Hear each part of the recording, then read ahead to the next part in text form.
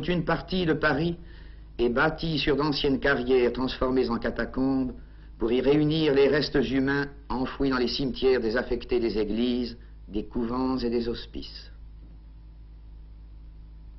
Au long de ces funèbres couloirs que hantent des millions d'ombres, qui pourrait prononcer un nom évoquant un visage de notre commune histoire?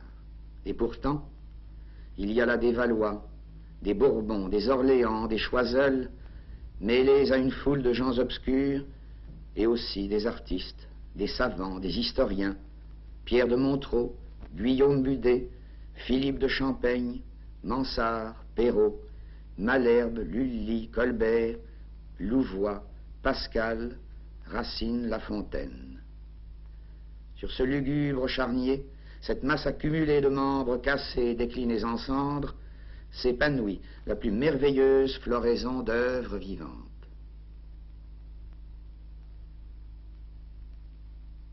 C'est en Île-de-France, dans ce berceau de la pierre tendre, au cœur même du domaine royal, qu'est née cette architecture dite gothique, qui constitue la plus originale manifestation de l'esprit français.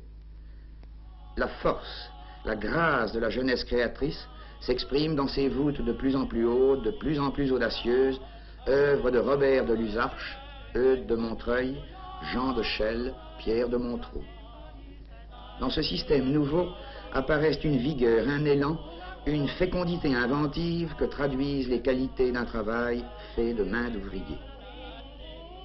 Ainsi, dès l'origine, cet art si apparemment rationnel témoigne déjà d'une gravité, d'une délicatesse qui demeureront la marque d'un génie dont nous allons tenter de suivre, sous ces métamorphoses, la trace et la continuité. Nous voulons dire celle d'un art expressif, souple, libre, qui émeut et qui charme, qui parle autant à l'âme qu'il séduit les yeux.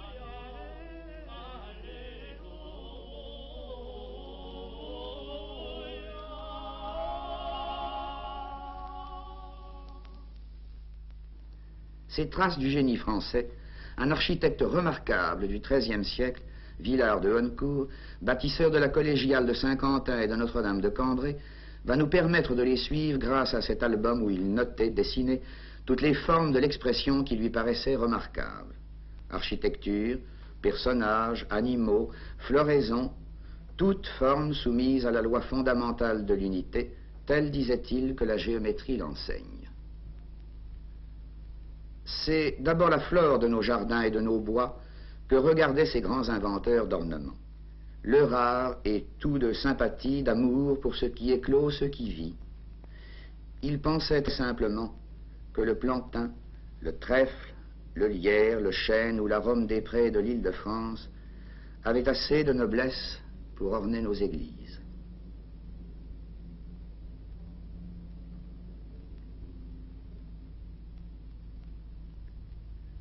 C'est aussi le geste de l'homme, son attitude et son allure, son visage enfin, que nous allons retrouver, étudier sur le vif, dans les portraits de ces gardiens de pierre ou dans les allégories qui intègrent les travaux quotidiens aux représentations sacrées ou légendaires.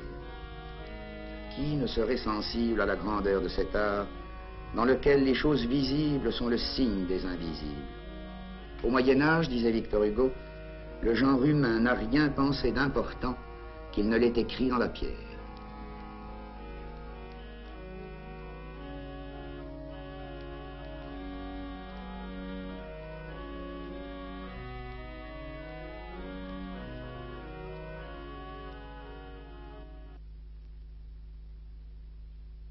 D'autres imagiers, les verriers, vont répandre sur ces pierres, malgré l'usure des hivers et du temps, une admirable et merveilleuse lumière.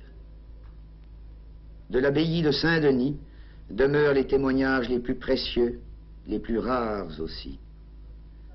De ces vitraux exécutés vers le milieu du XIIe siècle, qui portent la signature connue la plus ancienne, celle de l'abbé Suger, fondateur de l'abbaye, c'est à Chartres que nous allons retrouver la continuité, la permanence, ce visage si important de l'art gothique, profondément lié aux graves témoins de Notre-Dame de Paris.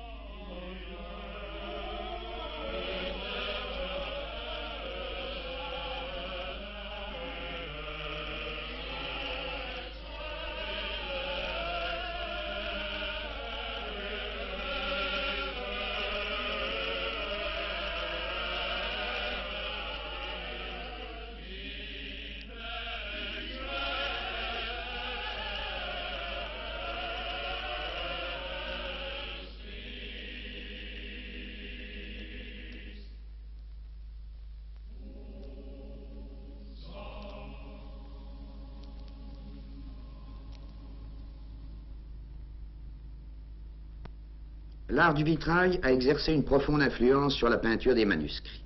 Telle interprétation de l'arbre de Jessé était commune aux verriers, aux tailleurs de pierre et aux enlumineurs. Ces psautiers sont le meilleur exemple qui nous soit parvenu de la peinture au XIIIe siècle, peinture sur fond d'or qui est la caractéristique du siècle de Philippe Auguste et de celui de Saint-Louis.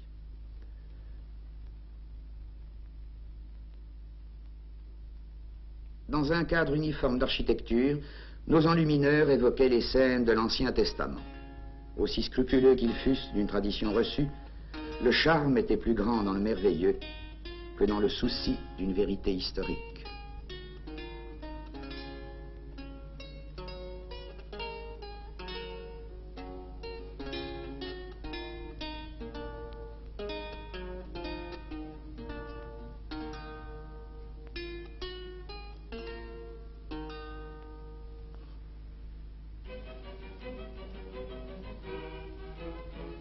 Rien n'égale la fantaisie exubérante et joyeuse qui a présidé à la décoration du bréviaire de Belleville.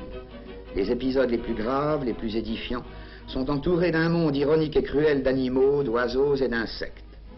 Cet incomparable bréviaire, qui appartient successivement à 2 rois de France et à 2 rois d'Angleterre, fait de son auteur parisien Jean Pucelle un des plus grands imagiers de la première moitié du XIVe siècle. Vers la fin de ce siècle, dans les grandes heures du duc de Berry, naît un art nouveau, une iconographie nouvelle. Bien que les décors soient toujours ceux de Paris ou de ses proches campagnes, le frémissement de la vie devient sensible. La douceur et la familiarité l'emportent sur la sérénité.